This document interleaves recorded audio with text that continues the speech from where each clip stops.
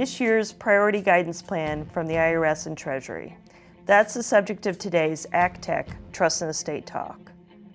Welcome to ACTEC Trust and Estate Talk from the American College of Trust and Estate Counsel, a professional society of peer-elected trust and estate lawyers. This series offers professionals best practice advice, insights, and commentary on subjects that affect our profession and clients. To keep up with the changing world of wealth planning, subscribe at iTunes, Apple Podcasts, Stitcher, Google Play, or other podcast sites. And now, our ACTEC fellow host with today's topic.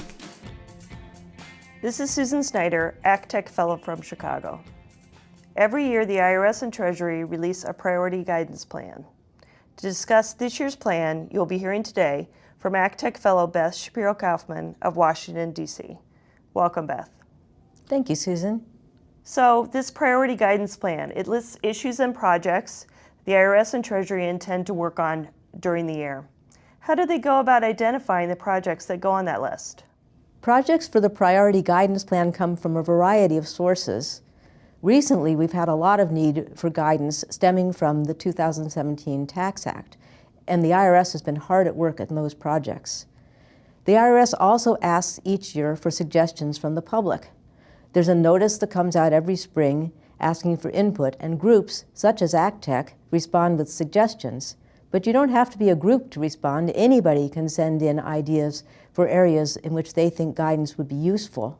Another area that the IRS likes to issue guidance in would be an area where it would cut down on their need to issue private letter rulings. So, for example, the IRS found they were issuing a lot of rulings on portability and then issued Revenue Procedure 2017-34 so that people could follow that revenue procedure instead of coming in for rulings, thus freeing up their resources to do other things. Finally, some suggestions bubble up from inside the IRS, including from those lawyers who litigate cases for the IRS on issues that they think need guidance. The IRS studies all of these suggestions because they've got limited resources. They need to set priorities. They like to focus on projects that they can finish during the fiscal year, which tends to limit both the number of projects and the scope of projects. They like to focus on issues that will have a broad impact and help a lot of people. And they like projects that reduce the burden on the IRS. Just because a project doesn't make it onto the priority guidance plan doesn't mean that nobody's working on it. It might be something that's a lower priority but still being worked on as time allows, or it might be a long-term project that they realize can't be done during the plan year, and therefore they're working on it, but it won't show up on the plan until it's closer to done. What types of projects are on the priority guidance plan right now? Well, the IRS hasn't issued an updated plan for the 2018-19 fiscal year, but I would expect it to look a lot like the plan for the fiscal year that just ended. The top priority right now is to get guidance out relating to the 2017 Tax Act. In our area, what that means is guidance on what we call the clawback. That's the concern about what happens to a person's exemption in 2026 if the exemption level actually does go down. We're expecting guidance on that, and probably fairly soon. Their next priority is what they call burden reduction. And last year's priority guidance plan listed 2 projects in this area related to estate and gift matters.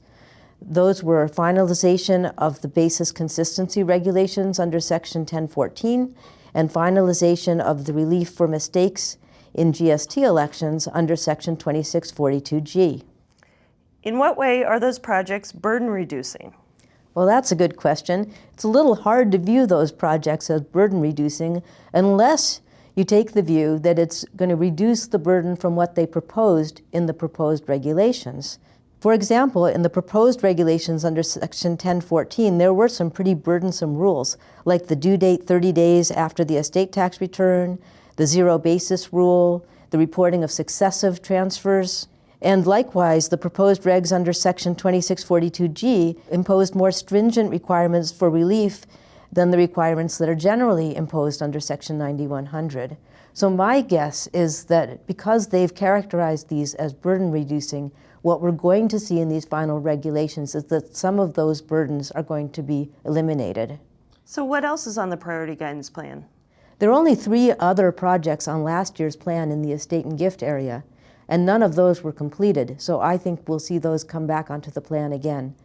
Those are guidance on the basis of grantor trust assets at death under Section 1014, final regulations under Section 2032A regarding imposition of restrictions on estate assets during the alternative valuation period, and guidance under Section 2053 regarding personal guarantees and the application of present value concepts in determining the deductible amount of expenses and claims against the estate. I think all of those 3 projects will be on the priority guidance plan for the upcoming fiscal year, and I'd actually be surprised to see the addition of any new ones. So thank you for breaking down, Beth, the priority guidance plan and demystifying it for our listeners. Thank you for listening to this episode of ACTEC Trust and Estate Talk, the podcast about wealth planning matters from the American College of Trust and Estate Counsel. To find an ACTEC lawyer near you, visit actec.org. Please subscribe to this podcast and leave us a rating or a review at iTunes, Apple Podcasts, Stitcher, Google Play, or wherever you download your podcasts. Follow us on Facebook and Twitter at ACTEC Talk.